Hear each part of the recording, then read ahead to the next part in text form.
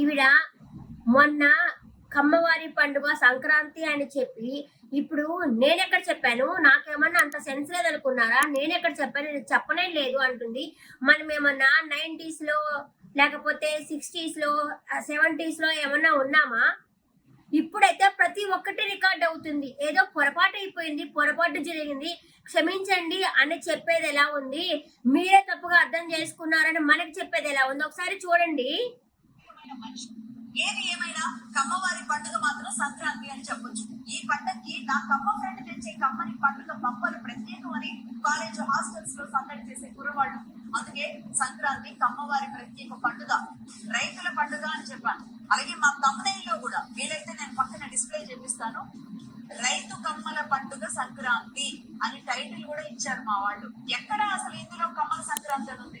రైతు కమ్మల పండుగ సంక్రాంతి అని టైటిల్ కూడా ఇచ్చారు మా వాళ్ళు. ఇక్కడ అసలు ఇందులో కమ్మల సంక్రాంతి అని ఉంది? సంక్రాంతి పండుగ కమ్మల్దని చెప్పే అంత అవివేకమైన మనిషిగా నేను కనబడుతున్నాను. సంక్రాంతి పండుగ కమ్మల్దని చెప్పే అంత అవివేకమైన మనిషిగా నేను కనబడుతున్నాను.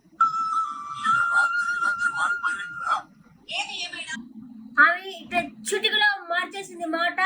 ఈమె రాజకీయాల్లో పోవాలా? ఈమె మహాన్యూస్ కదా, మహాన్యూస్ యాంకర్ పోయి రాజకీయాల్లో చేయాలి, కరెక్ట్ గా సెట్ అవుతుంది. ప్లేటు ఇలా తిప్పేసింది, చీర మార్చినంత ఈజీగా మాట మార్చేసింది ఈమె.